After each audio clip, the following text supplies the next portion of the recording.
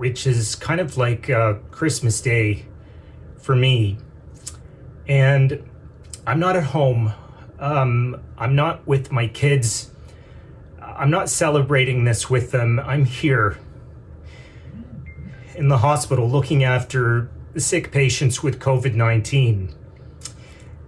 And I see pictures of people in groups of 10 who are tanning and who are having a great time, not worrying about distancing or anything else that they should be thinking about when they think about having COVID-19 or putting other people at risk. And I'm really hurt when I see that. I'm really saddened when I see that, because I wonder if those people know the sacrifices that people like myself, my colleagues in the emergency room and the ICU are making to allow you to have the freedom to spend your day out in the sun, in parks,